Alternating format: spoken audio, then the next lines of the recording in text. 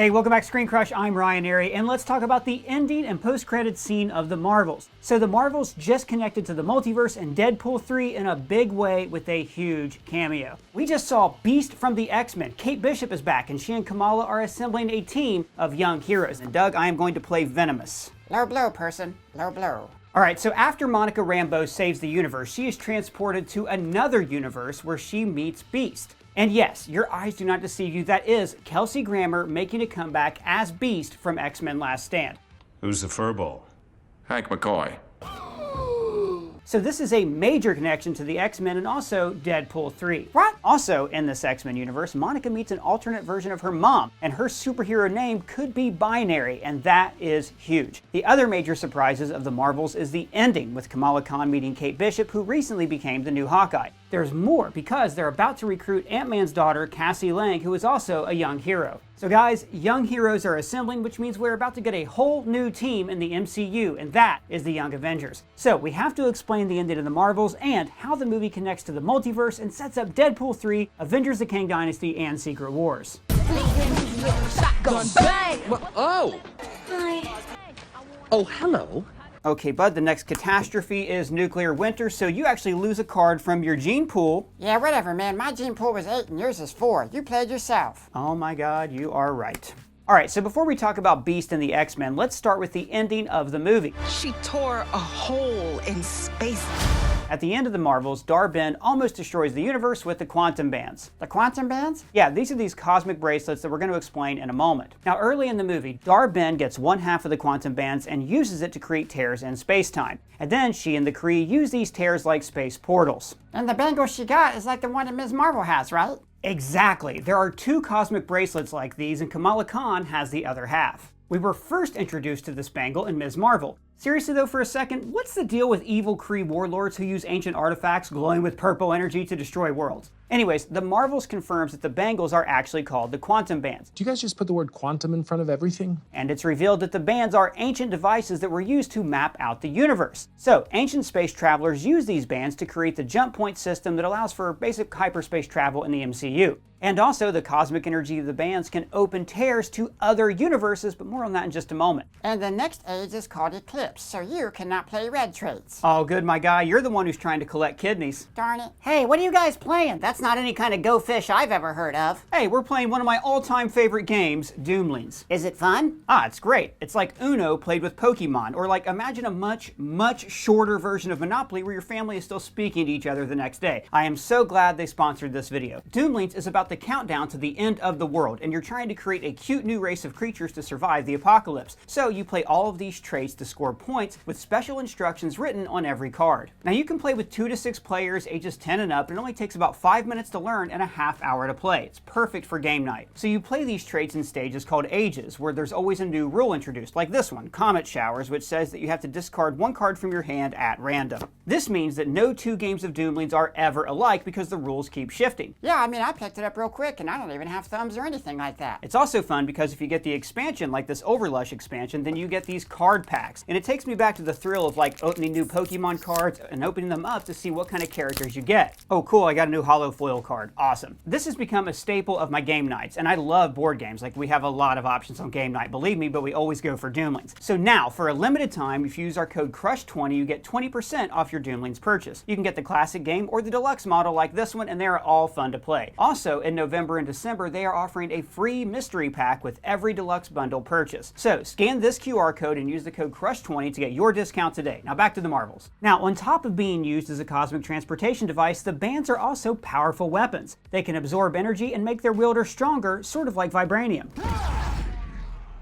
Basically, the bangle is like a battery of cosmic energy. Since the bangles and the Marvels connect to the multiverse, there is also a good chance that the MCU is planning on the bangles having a key role in the future of the multiverse saga. Now, Kamala's dormant abilities were awakened after she wore the bangle for the first time. Kamala's great-grandmother is from another reality called the Noor dimension, and this is how Kamala can manipulate light. This is also very interesting since the bands have like nothing to do with the Noor dimension. However, when Kamala wears the bangle for the first time, she is temporarily transported into the Noor dimension, and then her abilities are activated. So the bands can send their wearer to other realities and possibly to anywhere in the vast multiverse. Not to mention mention that Kamala previously used the bangle for frickin' time travel. And when the bands are used together, they can create portals to another universe, and who knows what else. They also let Kamala do the Wonder Woman pose.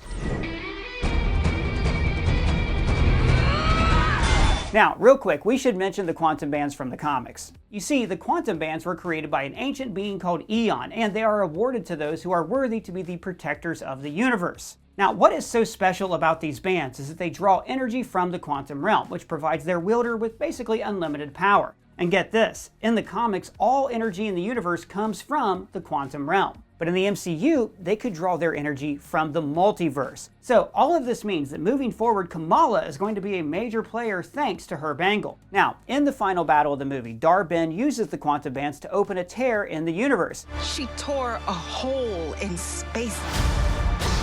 There's a different reality leading into ours.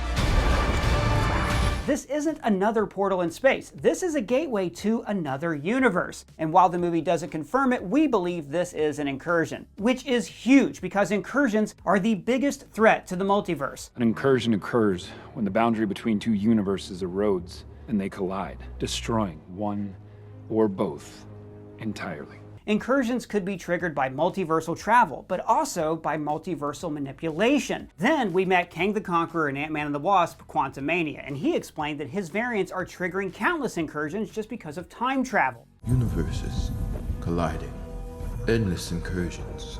I saw the multiverse, and it was dying.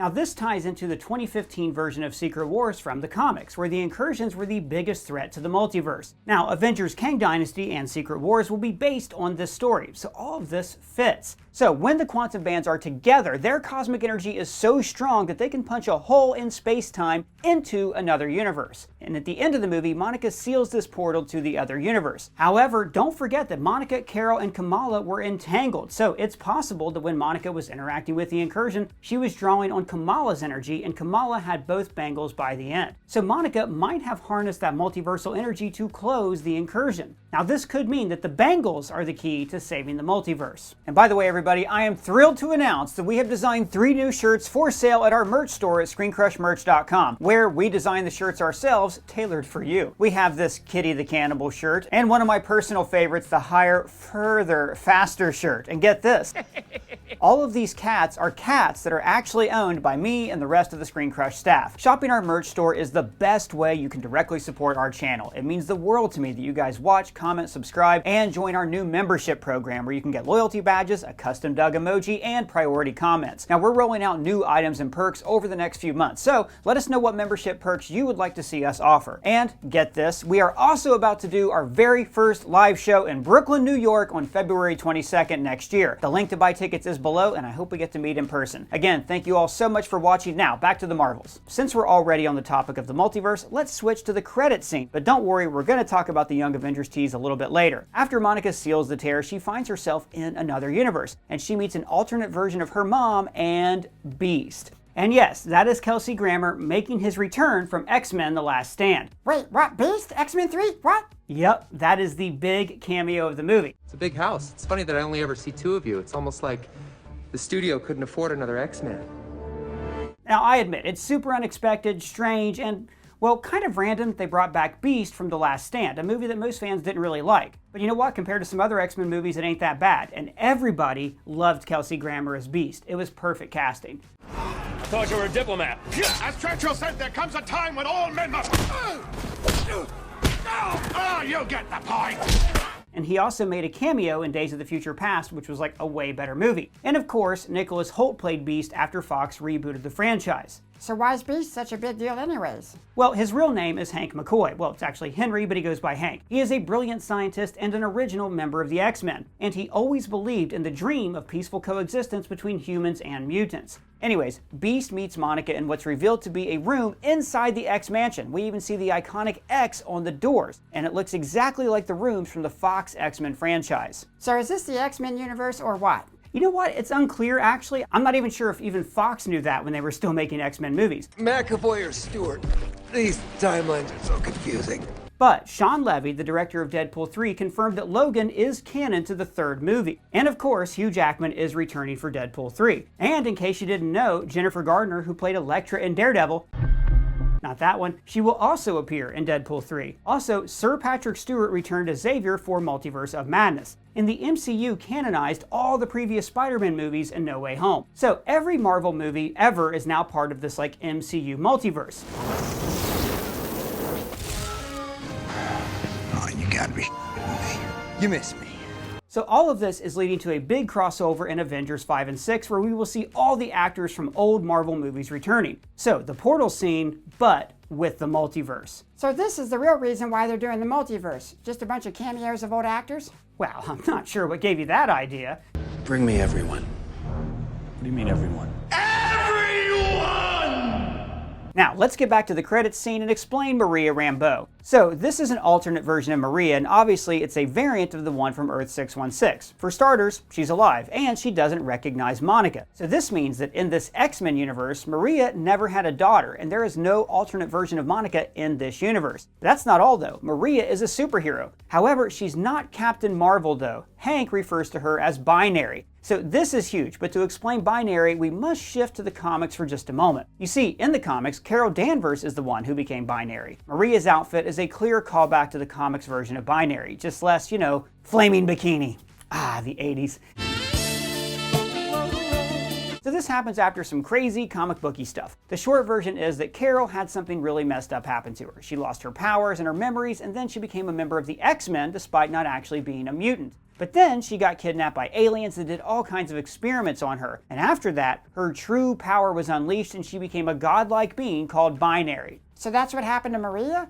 I mean, maybe. Our guess is that in the X-Men universe, Maria was the one who became Captain Marvel and not Carol. And then she eventually transformed into Binary, like in the comics. Or maybe she just became Binary from the start. But that's not all. In case you were too distracted by the Beast cameo in Maria's Binary outfit, you probably missed something huge in this credits scene. What? Oh, was it Wolverine, Magneto, Cyclops, Cable? No more cameos, but Maria is wearing the quantum bands. Both of them. So they got these bands in this other universe. So this is huge because remember, the quantum bands can open portals to other universes. And this could be Monica's ticket home. Maria could open a portal back to Earth 616, and that is how we get a crossover between the main MCU universe and the X-Men universe. Well, what do you know? Put out flypaper, catch a spider, make one wrong move.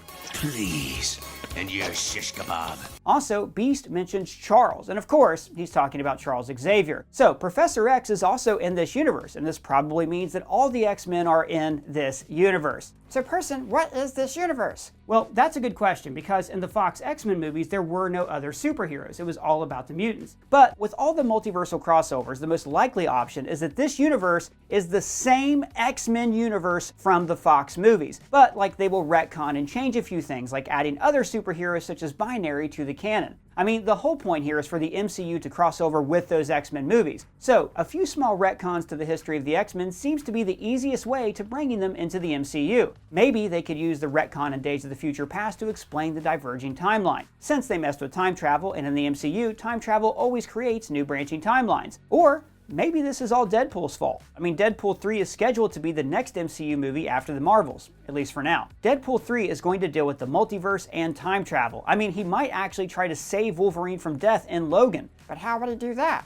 Well, in case you forgot, Wade stole Cable's time-traveling device to change the past. So Wade might actually end up messing with the timeline of the X-Men movies, like him trying to fix all the retcons that Fox made to the franchise, which would be really funny and so meta. But one day, your old pal Wade's gonna ask you to get back in the saddle again. And when he does, say yes. So, by messing with the timeline, he is going to accidentally create this new X-Men universe, sort of an amalgamation of all the previous movies, but now it has other superheroes who aren't mutants. And with all the incursions and the quantum bands, we could eventually see this X-Men universe colliding with Earth 616. In fact, the incursion that happens in the Marvels might not even be over. Monica sealed the tears, but the portal between Earth 616 and the X-Men universe might still be there. So Wade's actions in Deadpool 3 will reopen the portal and trigger the incursion. The two universes will collide, and that might even lead to a war between Earth 616 heroes and the X-Men. But why would they be fighting? Well, because the incursion means that two universes will be colliding, and the heroes in both realities will have to fight to save their own universe. And this could actually be the start of the multiversal war in Avengers the Kang Dynasty and Secret Wars. But that brings only more malevolence, more violence, more war, more of him. They're coming. They're all coming. Now, let's switch to the actual ending of the movie, the scene that happens right before the credits. And that is the tease to a new Avengers team. And here we get to see a fun callback to the end credit scene from Iron Man, where Nick Fury approached Tony Stark about the Avengers. You think you're the only superhero in the world? Mr. Stark, you become part of a bigger universe. You just don't know it yet. And Kamala does the same when she meets Kate Bishop. Kate Bishop. So, thanks to some information she took from Nick Fury, Kamala learns about other young heroes on Earth. And the first hero she meets is Kate Bishop. In case you didn't watch Hawkeye, Kate is a skilled archer who is inspired by Hawkeye, sort of like how Ms. Marvel was inspired by Captain Marvel. And Kate is sort of like the new Hawkeye. So Kamala is planning to form her own team of Avengers, just a younger version of them. The scene ends with Kamala asking Kate if she knew that Ant-Man has a daughter, and she is talking about Cassie Lang, Scott Lang's daughter. Now in Quantumania, Cassie got herself an Ant-Man suit and she can shrink and grow giants just like her dad. And she's also a scientist and apparently a quantum realm expert. So the MCU is now assembling the Young Avengers, and this could be big. We've been waiting for this for so long. So in the comics, they are a team of young heroes who assembled after the Avengers disassembled. And right now, in the MCU, the Avengers aren't really a thing anymore. The Avengers broke up. Like a band? Like the Beatles? So this would be the perfect time to assemble the next generation of Avengers, since all the oldies are busy with retirement, parenthood, or simply breaking the multiverse. The first lineup of the Young Avengers in the comics consisted of Kate Bishop, Cassie Lang, Eli Bradley, Hulkling, as well as Wanda's sons Billy and Tommy. The founding member of the team that's very important actually is Iron Lad. Yeah, Tom Holland. Close, but not exactly. Iron Lad is Nathaniel Richards, and get this, he is the younger version of Kang the Conqueror, and that is the big bad of the multiverse saga, for now at least. Kang tried to manipulate his younger self, but Nate ran away, ended up in the past and became Iron Lad and assembled the Young Avengers. Now the MCU is going in a different direction, with Kamala being the one who assembles the team, but this does not preclude Iron Lad from appearing in the future. Anyways, let's talk about some other heroes who could join the MCU's Young Avengers, like America Chavez. She can punch portals through the multiverse, and America will be a key player in Kang Dynasty and Secret Wars. And then there's Riri Williams, who became Ironheart in Wakanda Forever, and she is getting her own show, I think, at some point, sometime, maybe year after next. Nothing is certain. Now, Eli Bradley appeared in Falcon and the Winter Soldier, and he can become Patriot like he is in the comics. And if they ever decide to bring him back, there's Scar. He's Hulk's son. Please, kind sir, do not cut my hair. Now, Billy and Tommy were part of the team in the comics, and they were introduced in the MCU. They weren't real in WandaVision, however, in Earth 838, they're real boys. So, if the universes collide, then Billy and Tommy from 838 could end up joining the team. Also Vision, he's very young. What? Vision's not young at all. What are you talking about? Yeah, he was born in Age of Ultron, so he's very young. And White Vision, he's just a little baby. I never thought of it like that. I guess because he sounds like an old British dude. Well, I was born yesterday. But Vision was born in 2015 and technically died when he was 3 years old, making his romance with Wanda even more freaky. And Mayonnaise Vision is like a 2-year-old, so you know what? That works. Great job, buddy. High five. I'm not amused.